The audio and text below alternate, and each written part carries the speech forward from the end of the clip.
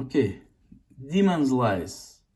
When God saves you, connecting to your spirit, and then delivers you, bring back your soul into your heart. Demons come for your soul. They don't come for your spirit.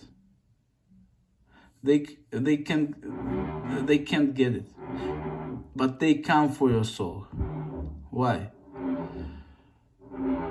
Whoever affects the soul, that entity creates its reality in this physical world.